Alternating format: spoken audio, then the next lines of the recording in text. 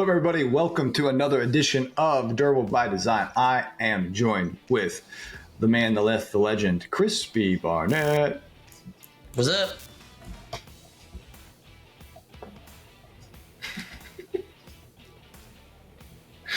Who apparently can't talk. So today I said, "What's up?" Can you not hear me? That's funny. You were talking the whole time, and I can't hear you. So this is just me. Oh yeah, I was gonna say this isn't me. That's kind of funny. Okay, so thank you for me being deaf. Okay, so what we're going to talk about today is baseline sales expectations. So I think this is really important. Especially if you're agency owner, you may have done this yourself before, but I have found after doing sales and rep partners and running that sales team and then transitioning out and now in Supered and like running sales and of me currently doing the transition out is there's some, I just have such strong conviction on baseline behaviors that I expect people to do that today I want to talk about that you're not durable by design if you don't do these basic sales. These are basic sales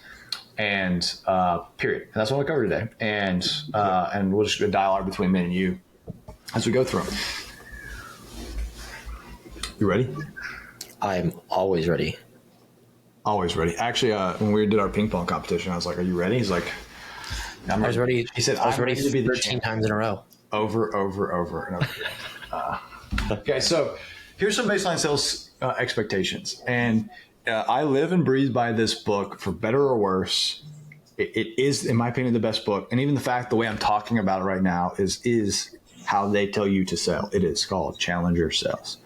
And it is, when you're in a conversation with someone, you provide value. And the fundamental way to provide value is not given when you agree with someone. It's given when you change perspectives. It's given when you give insights. It's given when you're looking around the corner or when you disagree and you challenge somebody to rise, you inspire, or you challenge them in their current perspective and helping them bridge to the new one. So at a core fundamental place, like that is where statistically speaking, like scientifically proven, the best sellers challenge. They do not create relationships. Mm-hmm. And that seems odd because our natural inclination is to be nice, and the nicest people do not win do not sell the most deals. It's the people who challenge, and I would even say it's more loving to challenge. And you can challenge nice. You can create relationships with people who are nice, but every now and then you'll run into somebody who just really doesn't like you because you told them the wrong. Yep, that's called having an opinion. I would run away from any place that doesn't have an opinion. So as a marketing agency, as a service company, you need to have an opinion about the right way of doing something and then translate that into your sales process. And you have an opinion and you're giving people perspective on something they don't know. It could be the best way to clean windows and you're doing a window cleaning service. And it's like, well, in fact, you actually don't need to use that. You need to do this. And like you're giving perspective and you're challenging a status quo.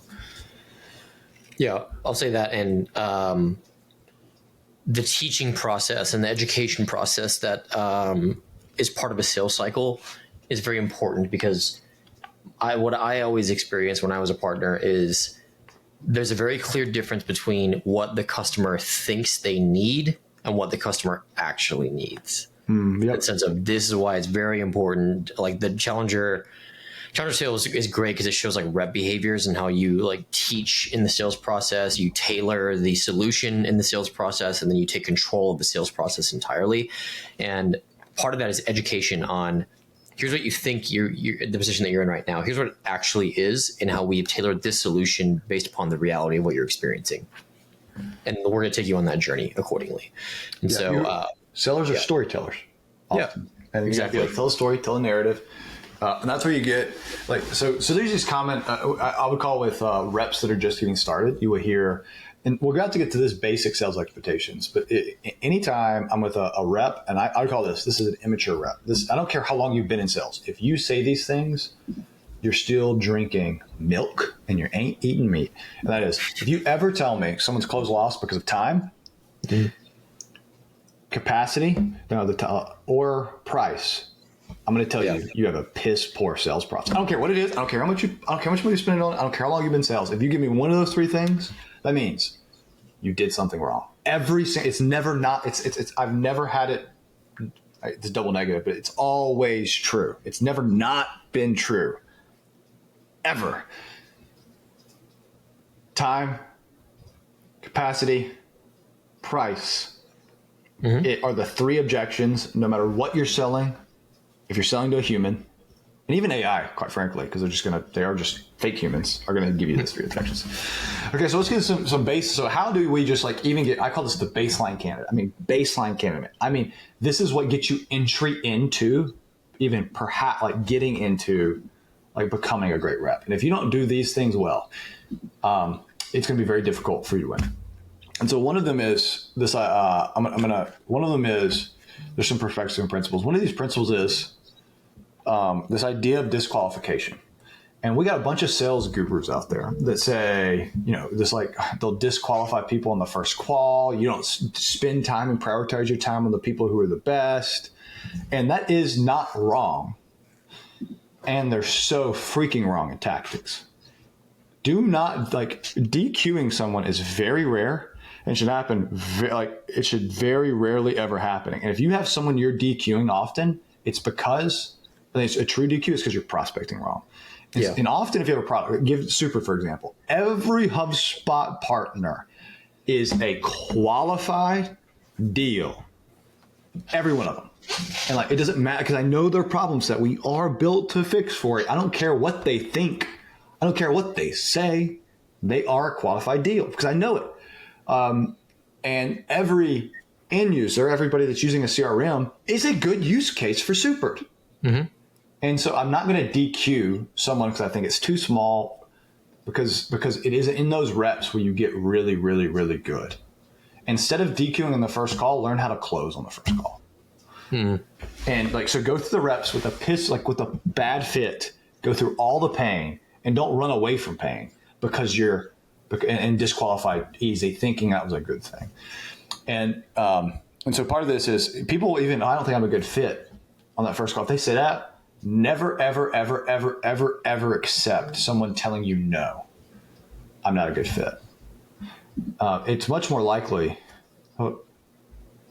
we failed to communicate the value. In fact, I would say, I'd be like, hey, if you think you're a bad fit, I failed you. I'm sorry. Let's redo this. Yeah. In fact, let me bring in another rep because there's no way. Yeah, I think it also leads to, if you don't have that standard, it drips out beyond just the qualification process or the prospecting process, because then you prioritize or deprioritize certain deals based upon that stuff as well, which leads to a inconsistent sales experience, which is not good. Yes, that's so core. So, and this is what I mean. You can be right. I mean, if anyone's married, you can be totally right and be utterly wrong. Is it right that this is not the best use of your time? Yes.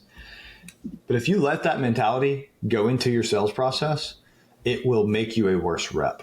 And so here's the next one. And I actually call it, it's the bottom. You'll hear this is every deal is precious and treated as such. And it's through the repetition of treating deals like they're precious, you will get wicked lethal at the process. And you'll be able to like see angles and you'll be wicked lethal.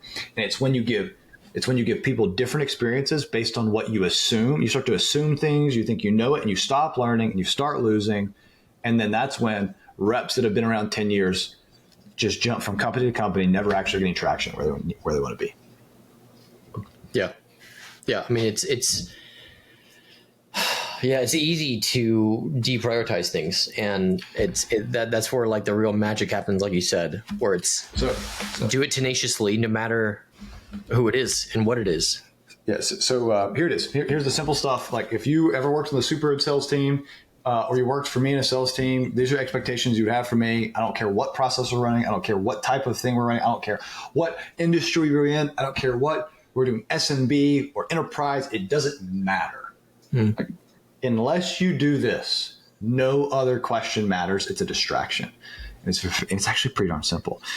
In SEAL language, in the military, they have this statement, and I love this statement because it helps you realize you have so much more power than you think you do.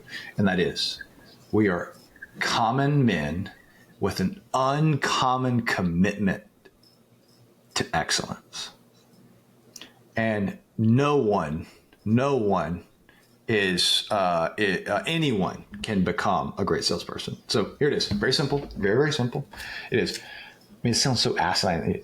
So every 3 days, a deal that has raised their hand and said, I want a demo, whether they met with you or not, every 3 days, you get at minimal, every 3 days, you give them a touch point. That's an email. That's a Slack message. That's a text message. That's a phone call. That's a LinkedIn. And it changes based on where you are on there. But every 3 days you're touching and you're capturing that in the CRM. When you do those touch points, you never, ever use any variation of just checking in, following up on, hey, did you miss my last email? Are you still like any of these stupid, asinine, non-challenger based approaches? Because you are there to give value, and your interactions should be useful and practical and help. And so good touches are things like, here, we just got this new review in, and it made me think about you for these reasons. Look at what they're experiencing. I know you would have this same experience. Here's how I just saw another client. We just had them. Here's how they're using this to get the same use case you're doing. I can make a connection if you would like. I know you would get value from it. Here's this webinar, or here's a use case that's going to be done live. Really think you should join because I know you would get value from it. Hey, this new feature just came out. You mentioned it, and you were actually you actually helped me think about this. And I went to the CEO and talked about it. Thank you so much. This exists because of you. I know you're going to like it. Like, these are all value about, hey, here's a podcast that was about the send value adds during it. So every 3 days, every conversation is value add. And number 4 is you must create your own momentum. This is, again, these sales gurus that tell you that you don't create, you shouldn't do asinine, you shouldn't do fake urgency dates, you shouldn't do these dates. And I actually just hard disagree with them. We create our own momentum in the sales process. And you create momentum by, after every interaction, you send a recap, has a video, period. Every interaction, every call you have with someone has a recap, has a video, and it's not in a super format. But that's a separate thing. But it drives. It makes, there's a level of, oh gosh, these people got their crap together. They're going to keep me accountable to what they're saying. Yeah. And within that is you also, and I believe in this, it's based on the type of pricing and where you're at, is it's very important, very, very important to give people dates to hit, saying, hey, this is why we run programs sometimes. Well, hey, we're going to get 25% off if you buy by this date. And you must project manage them to the date. Yeah. I got one more. And I'm going to say, I'm going to tailor your, because you're very super focused with that content as well. I want to make it solutions partner focused as well with some of that stuff. Loom videos are fucking powerful in your sales process. So powerful in the sense of how you communicate value, especially. What I do, even in the super sales process, is when it's time for a logistics call, I send a Loom video ahead of time. Because you can't fake Loom videos. You can't fake recordings, right? I guess you'd use HeyGen or something, but it's me being personal with the person. And that works like a charm, especially top of funnel. Yeah, stop trying to automate crap and just get good at the basics. I mean, I'll put this in general. Sorry, this is a ramble point. Is all this, AI does this, AI does this. Stop that noise. Stop that crap. Yep. Stop thinking about it and just touch every freaking deal 3 times. In the next 3 times, provide value when I do it. Don't do AI crap. Just like say something that's useful, and make sure you're sending recaps, 2 urgencies. And this last is and this is the salesperson idea of waiting. Is there is no such thing as a ghost. You know, like nobody says boo to you if you work on our sales. Like ain't nobody saying boo to me. Ain't nobody. Like they don't care if your name's Cat. Like you do not. You don't. there's no such thing. There's never a ghost. There's only a plan where I've created urgency, where I'm touching you. I have a process I'm executing. At bare minimum, I've touched you 2 weeks, or a minimum of 5 times. You've given me no response, and I escalate it.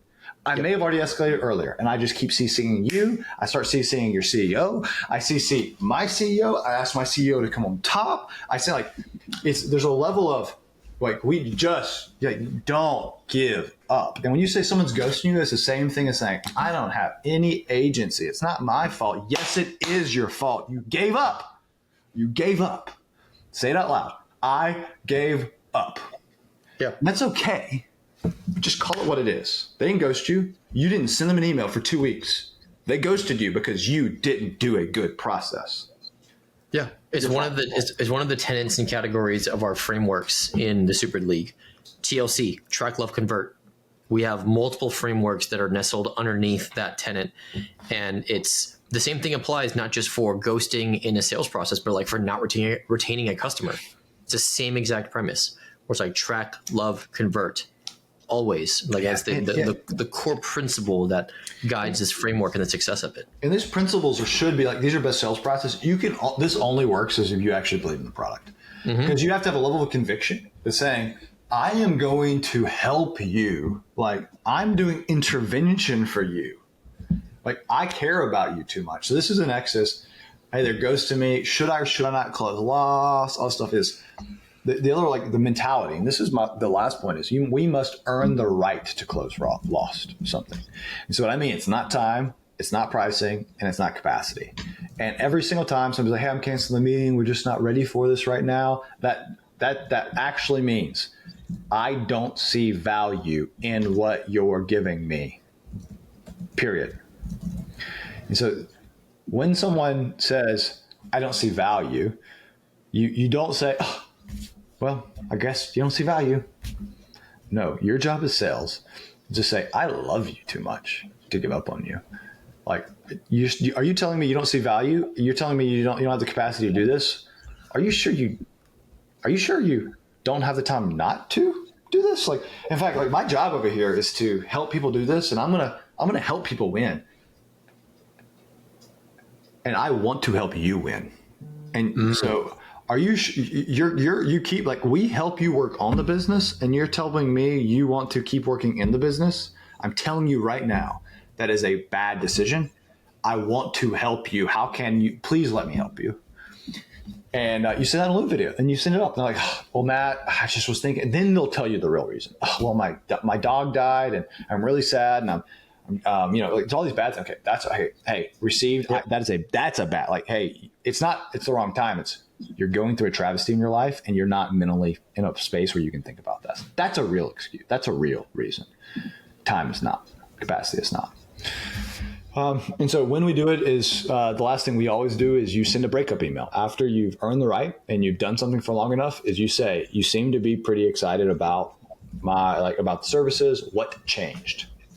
And that will often cause people to come out of the dark and say, oh, we're actually still interested. We just talked about you last week. You're like, that's great. You haven't talked to me in 2 weeks. You can't get angry at them for not talking to you. It's your job to stay in the process. Okay. I just threw a lot out. I know I'm animated about it because I care a lot about this sales stuff. I don't get to talk about it enough. I think you're a perfect embodiment of what makes, like, the most successful people successful, not just even the sales reps, but it's the obsession where it's like this, I am obsessed with making this successful, and I'm going to ensure that this is successful, and that my level of conviction across anything that I'm working is that same level as well. And so, yeah. It's not worth doing if you're not convicted. And I agree. Exactly. Yeah. I think you agree with that too. I totally agree. I just, I share my conviction in much louder and different ways. You just get angry and win. Okay. Is there anything you want to add to this? And so I would say, I did this for a service part. Like, this is not a SaaS. This is not just SaaS stuff. I'm telling you, I did even better at Rev Partners. Like, I don't even know how to say this. Like, we went from In 1 year, it went to 3.3 million. Like, you can't even find a SaaS company that went that fast. I slang so much services, like doing these methodologies. It's like, it's hard to communicate. Like, I just like, I will give the people this framework in some way. I will come up with it. And I was like, here's how you think about this. But it just works. Like, it's hard for me to think, like, can anybody refute it? But it just works. Yeah, I think it's the deals are not won or lost on the product or the service. Oh yeah, the best product does not win. Yeah, deals does not win. Exactly. Deals are won or lost based upon how well you teach the customer and how well you provide an experience for the customer in the sales process. That's what wins and loses deals. Yeah, I have, and I'm in with this. I won. This company got bought by Zoom. They're one of the first, and we were a platinum partner, or partners at the beginning, and we had no right to be here. We're going off against all the big shots at the time. The names, like, they were an EMEA company in Dublin, so we were after, like, there was like Hubble. I think that's why Hubble hated me for a little bit of Hubble and some others. And we. It was about a month, and they ended up signing with us. And do you know you know the reason he said? He's like, Matt, we decided to go with you. You know what the reason was? Just take a whack at us. Because better sales process. Yes, period. Do you know, like, he gave it very specific. He's like, Matt, I just liked your X better. What do you think he said? Attitude. I don't know. No. I liked it's so asinine. I'm like, this is like, it was $1 million contract. Okay. Email format or something? I just liked your email recaps better. Yeah. I'm not joking. Yep. It's like, it was just so clear to me that your level of execution is at a different standard. And although you're not yet an elite partner, I feel more secure. I feel more seen. I feel more heard. And if your service is anything like your sales process in this, we're going to win. They exited, made $1 billion. And it's just like, it was email recaps. Seriously? So do not think anything is not worthy of obsessing over in this process. Like, execute well, period. Okay, guys. That was fun. Thank you for letting me get that out. I feel like I just got it off my chest, as I was saying. Yeah. Okay. Anything else to add? No. Okay. Everybody, stay awesome. Keep doing it big, and never, ever, ever let ghosts tell you no. Be a ghost hunter. Adios, everybody. Stay awesome. See ya.